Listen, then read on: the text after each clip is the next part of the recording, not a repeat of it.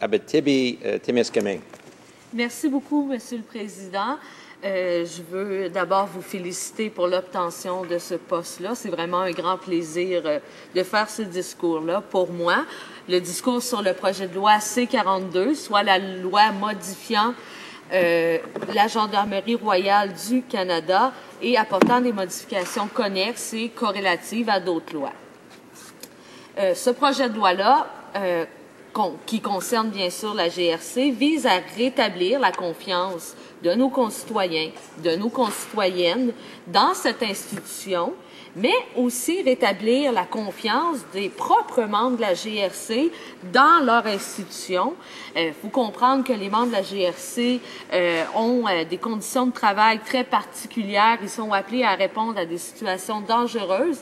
Et je crois que la volonté de vouloir rétablir la confiance des membres de la GRC envers l'institution, c'est quelque chose qu'on leur doit, étant donné ce qu'on leur demande comme travail. Je pense qu'il était vraiment temps de mener ce débat-là en Chambre. Des mesures auraient dû être prises depuis plusieurs années. Que ce soit ce gouvernement-ci ou les gouvernements qui les ont précédés, il y a plusieurs mesures qui auraient pu être prises. Entre autres, en 2006 et en 2007, plusieurs rapports ont été publiés, un entre autres par le juge O'Connor, par le groupe de travail mandaté pour donner des conseils sur le renforcement de la responsabilisation et de la gouvernance de la GRC. Dans ce rapport-là du juge O'Connor, publié en 2006, dans le contexte du Code Maher-Harrar, on recommandait au Parlement de mettre en place un organisme de surveillance de la GRC, semblable au comité de surveillance des activités de renseignement de sécurité. En 2007, le groupe de travail sur la gouvernance et le changement culturel à la GRC avait suggéré que nous mettions en place un conseil d'administration indépendant, ce qui permettrait d'assurer aux Canadiens que le gouvernement ne pourrait pas intervenir directement dans les activités de la GRC et donner des soi-disant conseils aux commissaires qui relèvent directement du ministre.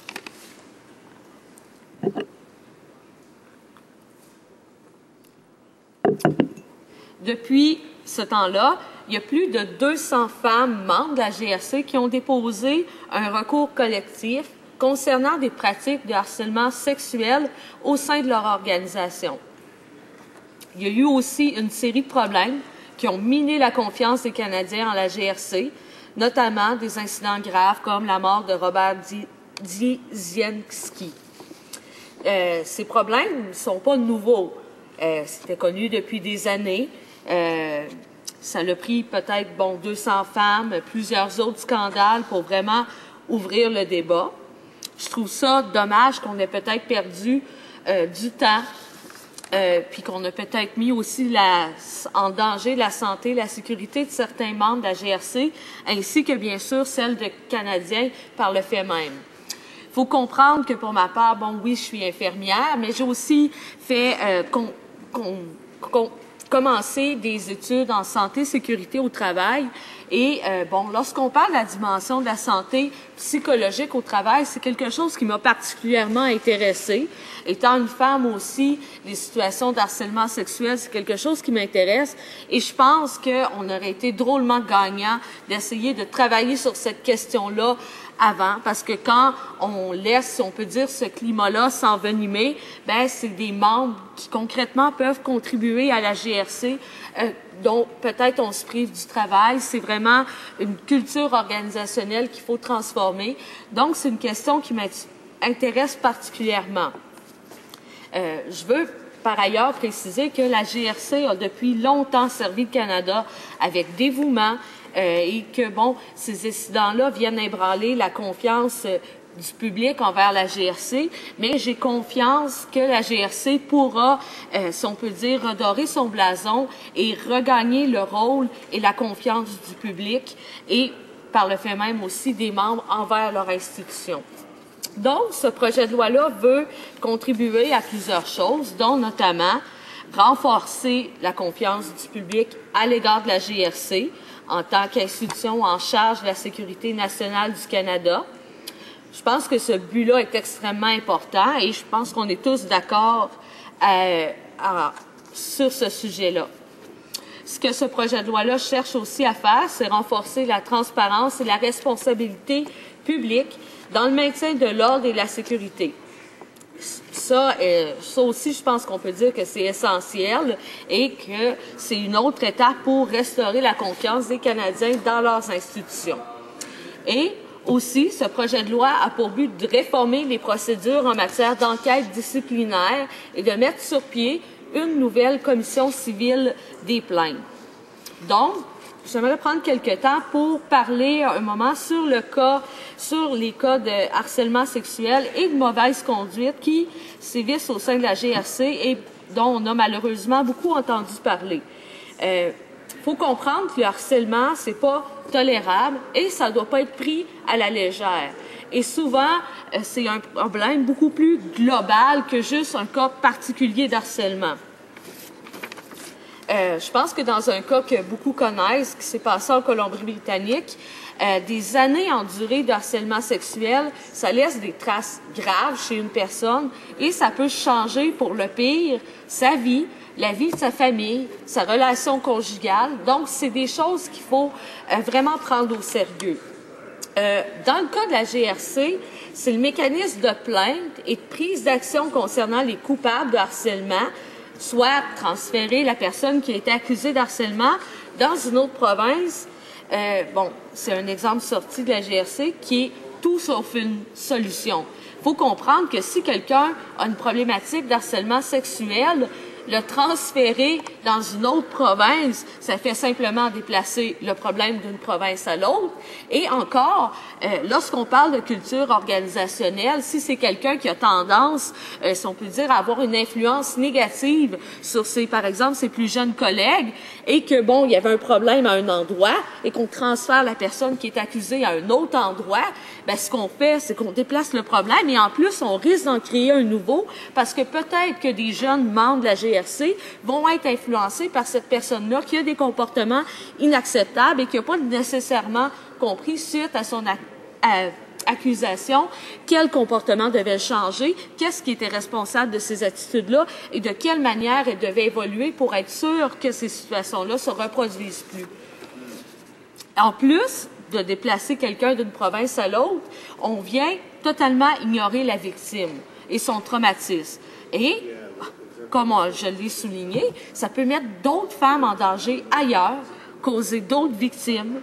Donc, à ce moment-là, l'action qui avait été prise, c'est d'ignorer un problème récurrent, un problème de culture générale professionnelle qui met absolument rien en place pour changer la situation. Et quelquefois, quand on parle de culture organisationnelle générale, c'est simplement des phrases, des comportements, des petits comportements qui pour tout le monde sont normaux, qui dans le fond, à la fin, déboulent sur des cas d'harcèlement sexuel. Donc, quand on parle d'harcèlement sexuel, c'est vraiment toute l'étude de la culture organisationnelle qu'il faut revoir. Il faut éduquer tous les membres à savoir qu'est-ce qui est acceptable, qu'est-ce qui ne l'est pas et pourquoi ce ne l'est pas. Pourquoi quelque chose qui peut paraître banal pour quelqu'un, dans les faits, peut être conduire vers une fâcheuse tendance. Donc, c'est vraiment un problème très sérieux et c'est un problème qui doit être pris dans sa globalité et non pas simplement prendre l'accusé, le déplacer d'un endroit à l'autre. Donc, je pense que c'est pour ça que c'est très important de proposer des changements au fonctionnement interne de la GRC et des procédures en matière de plainte. Si on veut restaurer la confiance du public envers les institutions de sécurité publique, mais aussi, restaurer la confiance des propres membres de la GRC et en particulier des membres féminins dans leur lieu de travail. Je pense que tout le monde ici dans cette Chambre, tous les honorables députés, s'entendent qu'on ne peut pas se passer de la compétence des femmes dans un milieu de travail comme la GRC. Donc, si c'est pas inspirant pour une femme de vouloir entrer à la GRC, Je pense que la GRC se priverait d'un talent exceptionnel, de milliers de Canadiennes qui peuvent faire une contribution exceptionnelle. Et je pense que juste pour ça, c'est très important de prendre ça au sérieux, de restaurer la confiance du public, justement pour être sûr que la GRC se prive pas de talents de Canadiennes qui pourraient décider de contribuer et que devant tout ce qui se passe, pourraient choisir d'aller ailleurs, de choisir une autre carrière, étant donné le risque ou bon le manque de confiance justement qu'elles ont envers cette institution-là. Elles pourraient ne plus avoir confiance, ne plus être sûres, se dire que bon, si je vais travailler à la GRC, peut-être qu'on me protégera pas. Est-ce qu'on va vraiment faire de quoi si je vis des situations difficiles? Donc, c'est vraiment important de restaurer cette confiance-là. Je pense que c'est inacceptable de continuer à agir de la même manière et que oui, ça nous prend des actions. Et bon, c'est pour ça qu'on va appuyer le projet de loi pour qu'il aille en comité pour, si on peut dire, que ce projet de loi-là soit enrichi, soit bonifié et soit vraiment adapté aux besoins des femmes. Et évite les cas d'harcèlement sexuel. Bon, par ailleurs, si je parle particulièrement des femmes aujourd'hui, j'aimerais préciser que des victimes d'intimidation ou de harcèlement sexuel ou non, bon, c'est bien sûr, c'est pas uniquement des femmes. Et bon, ce genre de mauvais comportement-là devrait être pris très au sérieux. Si j'ai insisté autant sur les femmes, c'est bon, bien sûr, à cause de ces 200 femmes qui sont en recours collectif présentement, mais bien sûr, je suis consciente qu'il y a probablement des hommes aussi qui font face à des mêmes problèmes d'harcèlement, d'intimidation et qui sont incapables d'exercer leur métier dans les conditions normales. Et ça aussi, c'est inquiétant et ça prenait vraiment une bonne action pour résoudre ce problème-là. Ce projet de loi-là, en effet, il fait un pas dans cette direction-là en voulant réformer le processus disciplinaire. Cependant, je trouve dommage et dommageable que le gouvernement ne propose pas qu'on travaille spécifiquement sur une politique interne anti-harcèlement pour clairement établir des pratiques et des comportements acceptables et les comportements inacceptables en ce qui a trait notamment au harcèlement sexuel, la mauvaise conduite et l'intimidation. Je voudrais également signaler que les réformes disciplinaires nécessaires à la GRC qui doivent être réformées en raison de leur longueur et de leur complexité, ne devraient pas être réformées à la légère ou faire l'objet d'une solution trop simpliste. Bon, il faut comprendre que la GRC, c'est un milieu non syndiqué. Je pense qu'il est important d'établir un équilibre dans le processus disciplinaire, car ce personnel-là n'a pas d'organisme pour le défendre individuellement.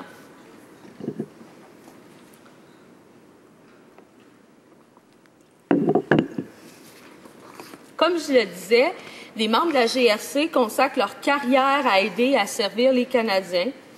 Il serait inacceptable qu'ils puissent faire l'objet d'un licenciement arbitraire. Il faut réformer le processus disciplinaire pour qu'il soit plus fonctionnel et serve les victimes au mieux possible, mais il ne faut pas tomber dans l'excès inverse. Par exemple, le projet de loi ajoute de nouvelles dispositions aux clauses relatives aux relations de travail et donne au commissaire de la GRC le pouvoir de nommer et de renvoyer des membres. Toutefois, le projet de loi donne au commissaire de la GRC la capacité de créer un processus plus efficace afin de répondre aux plaintes de harcèlement sexuel et j'approuve cet effort. Depuis des mois, le NPD fait pression sur le gouvernement pour qu'il fasse de la question du harcèlement sexuel et des mauvaises pratiques dans la GRC une priorité. Le projet de loi C-42 ne s'attaque pas directement aux problèmes systémiques ancrés dans la culture de la GRC. Et nous voulons bien sûr exprimer clairement que ce projet de loi-là, en lui-même, ne permettra pas de changer le climat actuel qui règne au sein de la GRC. Cependant, je pense que c'est un effort qu'il faut continuer. Donc, envoyer ce projet de loi-là en comité pour trouver les meilleures solutions possibles. Et aussi, j'espère que mes honorables collègues, lorsque ce projet de loi-là sera en comité, accepteront, si on peut dire, des amendements et seront ouverts à l'idée de discuter. Parce qu'il faut comprendre que lorsqu'on parle d'un problème aussi grave que ça, lorsqu'on parle d'un problème qui touche la culture organisationnelle, un problème qui est devenu d'une certaine manière systémique, les solutions simplistes il n'y a pas de solution magique. C'est vraiment rendu tellement complexe qu'il faut prendre le temps de s'arrêter et que je reconnais que c'est très difficile, si on peut dire, d'arriver au premier coup avec un projet de loi parfait. Et c'est d'ailleurs pour ça que le comité est là. Il va avoir la chance d'entendre des témoins, de discuter du projet de loi pour vraiment l'enrichir, le rendre fonctionnel. Et le but de ça, c'est pas de se faire du capital politique d'un bord ou de l'autre. Le but de ça, c'est de rendre une institution telle que la GRC, qui représente tellement au niveau de la tradition, de l'histoire, ça va lui permettre de, si on peut dire, redorer son blason, réussir à récupérer des membres, à susciter l'intérêt des gens qui voient la GRC problématique. Ça va susciter l'intérêt des jeunes à vouloir enrichir cette institution-là. Et je pense que ça, tous les honorables collègues députés doivent se mettre ensemble, doivent discuter de ce projet de loi-là avec l'esprit ouvert, en cherchant à l'améliorer du mieux possible pour justement faire de cette institution ce qu'elle était auparavant, une institution vraiment, je pense, remarquable. Et j'espère que vraiment, on va constater cette ouverture-là parmi mes collègues lorsque ce projet de loi-là sera étudié en comité. Merci beaucoup, Monsieur le Président. Questions et commentaires? The member from York West. Le député de York West. Merci beaucoup, Monsieur le Président, et félicitations. Je suis ravie de vous voir dans le fauteuil parce que vous êtes fort d'une longue expérience à la Chambre et vous vous êtes également inquiété de la conduite de certains députés en cette Chambre. Alors, je suis convaincue que vous appliquerez vos connaissances et vos compétences pour maintenir l'ordre à la Chambre. Pas que votre prédécesseur ne l'ait pas fait, mais je pense que vous nous servirez tous très bien, du moins de ce côté-ci de la Chambre. Alors, félicitations. Je tiens à féliciter ma collègue, dis-je, de ses observations concernant le projet de loi C-42, en ce qui concerne la GRC, donc, et la reddition de comptes. Je pense que nous sommes tous très fiers de l'image de la GRC par le passé, mais nous sommes tous conscients du fait que sa réputation a été ternie au cours des dernières années. Conditions féminines Canada a fait preuve de leadership à l'automne. Nous allons donc nous pencher sur les politiques concernant le harcèlement sexuel dans divers ministères et dans divers organismes du gouvernement du Canada. Évidemment, la GRC est le premier point à l'ordre du jour. Nous demanderons alors ce que nous pouvons faire pour améliorer les politiques, parce qu'en tant que Canadien et que Canadienne, je me préoccupe grandement de ce qui est apparu dans les médias. Je dois dire que en ce qui concerne la reddition de comptes, cela nous préoccupe parce qu'on veut savoir dans quelle mesure la mesure législative, justement, aura du mordant, parce qu'on veut que les gens puissent, sans crainte de représailles, faire part de leurs préoccupations. Alors, j'aimerais savoir ce que ma collègue en pense. Merci beaucoup, Monsieur le Président.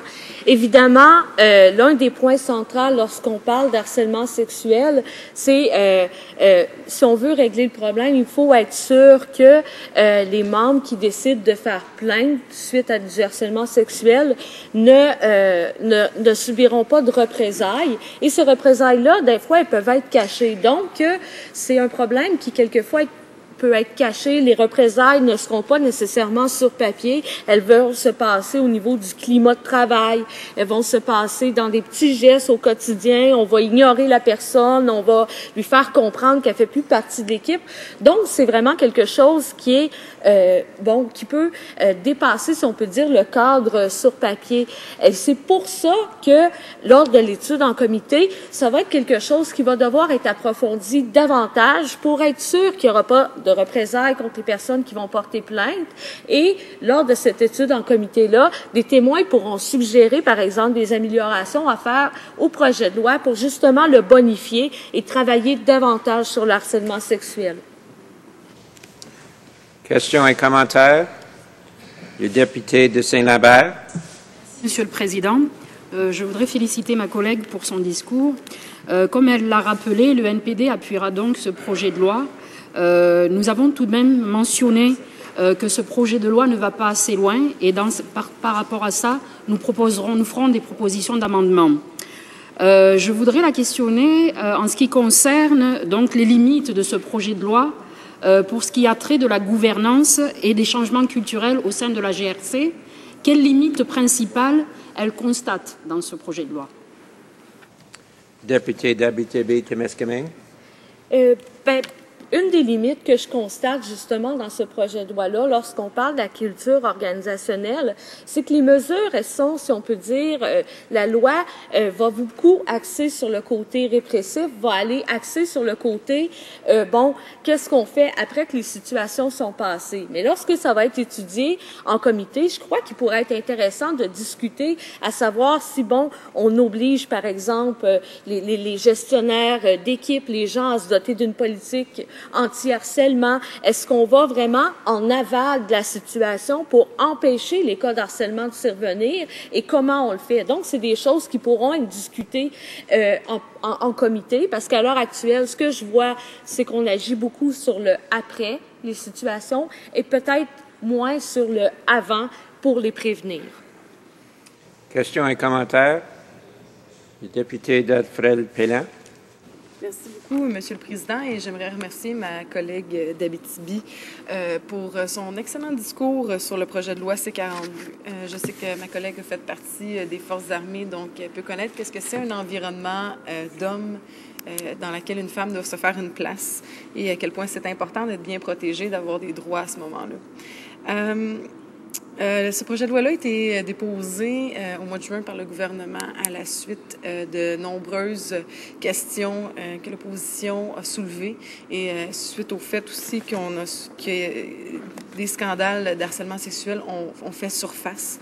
Et puis, en fait, ce projet de loi-là, comme on le voit actuellement, ne va pas assez loin pour aider à sanctionner ceux qui font du harcèlement sexuel, notamment au sein de la GRC.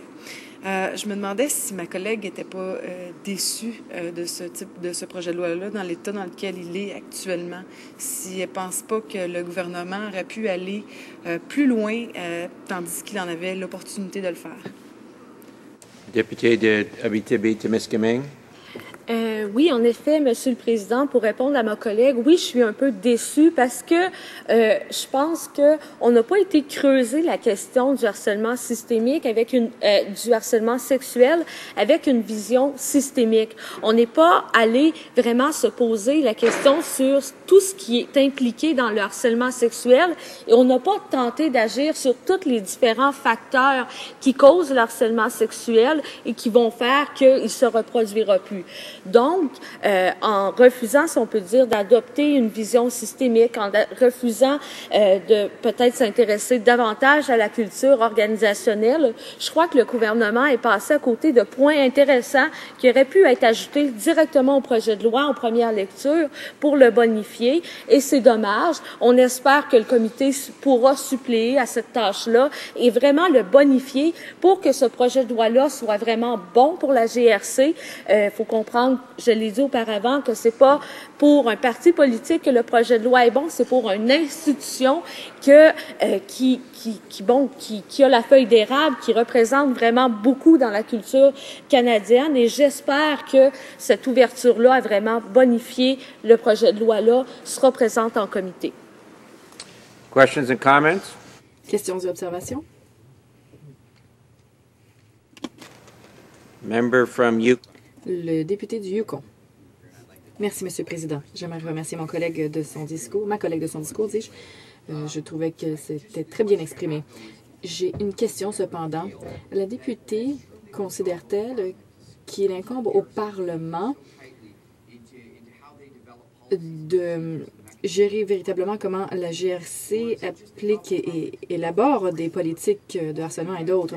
Ou est-ce que le Parlement ne devrait-il pas plutôt établir un cadre dans lequel les commissaires adjoints ou même les commandants de détachement pourraient gérer ces politiques pour leurs membres et pour appliquer des mesures correctrices nécessaires? J'aimerais lui rappeler les articles du projet de loi qui portent sur l'autorité du commissaire et qui pourra déterminer quelles seront les exigences de formation des membres et qui pourra déterminer quelles seront les modalités de ces formations. Le commissaire pourra établir des règles concernant le rendement, ou plutôt l'exercice des fonctions des membres et leur conduite. Alors, il s'agit d'un cadre ici qui permettra à la GRC d'améliorer sa culture, la culture dont on parle. Est-ce que la députée considère que c'est le travail de l'organisation elle-même ou du Parlement que d'établir ces choses? Député de Abitibi-Témiscamingue pour 1 minute. Merci beaucoup, Monsieur le Président. J'aimerais tout d'abord prendre le temps de remercier mon honorable collègue pour son service au sein de la GRC. Je sais qu'il a servi dans la GRC et je veux le remercier tout d'abord. En ce qui a trait à est-ce que le Parlement devrait agir ou pas, je voudrais tout d'abord expliquer que lorsqu'on parle de GRC, lorsqu'on parle de problèmes, lorsqu'on parle d'harcèlement sexuel qui sortent au niveau du public, ça l'entache la réputation de la GRC, mais aussi du pays, parce que la GRC représente, je crois, à mon humble avis, le Canada, et lorsque la réputation de la GRC est entachée, c'est celle du pays qui l'est. Donc, oui, je crois que ce Parlement a le mandat, si on peut dire, d'agir pour éviter que des situations entachent la GRC. Maintenant, il y a bien sûr une logique. Si on oblige, si le Parlement adopte, par exemple, une politique, une loi qui oblige les organisations à se doter d'une politique anti-harcèlement, ce qui pourrait être logique, le Parlement n'ira pas concrètement dire que doit contenir cette politique-là et quelles sont les mesures précises. Ça sera à l'organisation de l'établir. Donc, oui, ça rentre dans un cadre général, mais bien sûr, le Parlement n'ira pas dire, des choses vraiment précises au niveau des politiques internes. Il va vraiment agir de manière plus générale. Donc, je pense que la ligne est quand même assez simple à suivre et je pense que c'est tout à fait logique d'agir de cette façon-là. Reprise